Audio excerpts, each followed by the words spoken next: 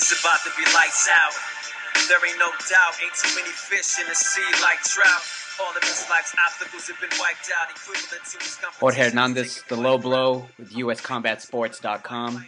Remember, you can catch us on Twitter at The Low Blow, also on USCombatSports.com. Also, make sure to check out our Facebook page, The Low Blow MMA Boxing Podcast.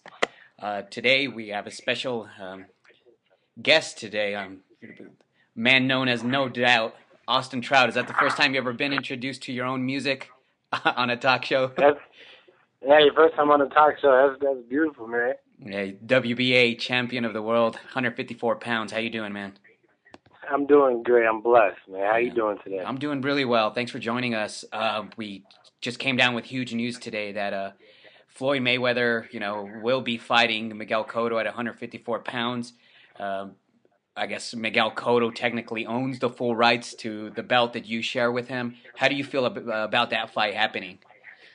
Well, as a fan, I'm glad they made that fight instead of Pacquiao-Cotto fight. I did not want to see that rematch. This is a little bit more interesting, although, we both are figuring what's going to happen. As a fighter, I'm a bit jealous of both the men that are fighting. Mm-hmm. And I'd love to be in the position, which I thought I was for Cotto, but, I'd love to be in the position to fight either one of those guys. Big ups to Cotto for making a fight that the fans do want instead of, taking the fight with Pacquiao on Pacquiao's terms. And what do you think, why specifically was it? Do you think just the styles match up better now with Mayweather and Cotto? It's just something that people have been curious about, and that's never happened.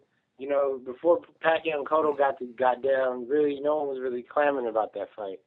But, since they brought it up, people got interested because, Cotto was great and so was Pacquiao.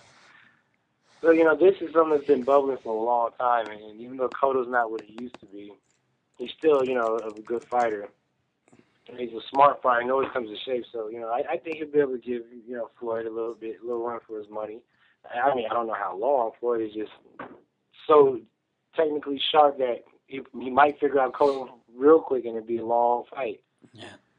And we also did see earlier that Oscar De La Hoya mentioned that Saul Canelo Alvarez is actually going to take part in this. His fighter is his opponent actually is yet to be determined. You've actually thrown your hat into the race now because Cotto is taking these huge money fights, these huge blockbusters. That pretty much leaves your division wide open. Like I mentioned, you did throw in your hat for the Saul Canelo Alvarez. There is a slight buzz there going on Twitter about that. So how do you feel about that, and how do you match up against Canelo, and how bad do you want that fight? I think I match up real good with Canelo. He's a straightforward, power guy. Those good combinations. I'm a speedy slickster that can punch a bit. And, I don't run. I'm not going to stand right there, but I will be right there, if that makes any sense. I think it's a good matchup. It's going to be an exciting fight. I really, really want that fight. I've been wanting to fight since I beat his brother back in February, and he challenged me for my belt. But that challenge quickly became silent and came nothing after he won his belt. So, the only thing for champs to do would be to unify him, I thought. And you're becoming the most avoided fighter in the sport. If you probably ask anyone who knows anything about boxing, I do see that you've also wanted to fight with Delvin Rodriguez as well. How do you feel about a matchup with Rodriguez, and has there been any talk between the two camps? Yeah, we've been in talks with Rodriguez's camp. I haven't heard any yay or nay about it. They were looking to get us on an HBO card sometime April, I think. There's a bunch of different, there's a bunch of good fighters out there and good fights for me. I don't see why there's any reason why I have to wait to fight, I think we should get it on as soon as possible. And also, we also see a Gabriel Rosados coming up the ranks. He was previously a sparring partner for Ray Sanchez here a few years back. He helped him train for the Julio Cesar Chavez Jr. fight. So how do you think of a fight between you and Gabriel would actually go? Listen, I mean, for any guy you put out there, I think I could beat him. Mm. Gabriel's coming up, and, you know, beating him will up my stock. Then let's fight, too. I'll fight him as well.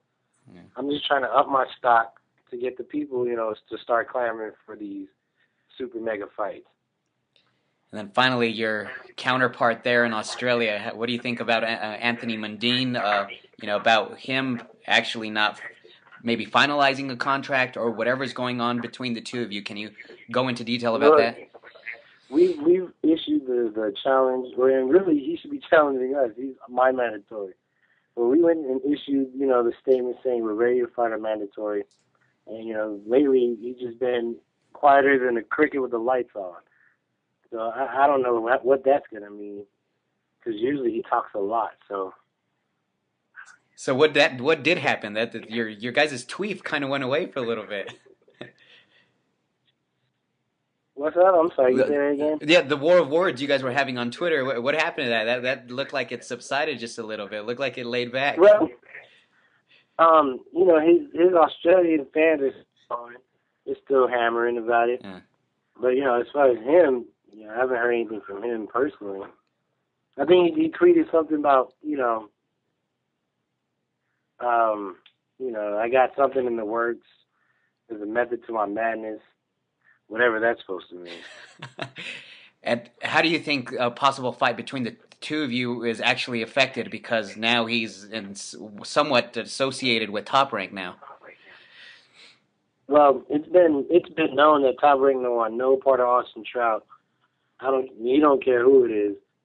So that just makes it even worse for me as far as going to Australia is concerned. But, you know, I'm almost at the point where I don't need Mundine. And you were talking about a possible fight again here on a primetime network. Have you been in talks with Showtime or HBO by any chance, or was just a possible fight with Delvin the only thing that was actually put out on the board to actually be on HBO? Yeah, no, I've had, you know, I've talked with HBO a few times, and, you know, I feel like they're really interested. It's just we got to get the right opponent and the right event. You know, Delvin, like I said, he's been. Him personally, he's accepted my fight, and, you know, of course, the promoters got to iron the crap out in between them. So, you know, it's between the WBA, the HBO, and Delvin Rodriguez and my promoter, and we got to get everybody to agree on the same terms. And for all those egos in one room, you know, that's where things get. And this weight class is probably, you know, the most loaded in boxing right now. And, you know, I know that you're probably one of the best, one of the top 5, if you ask me, in that weight class.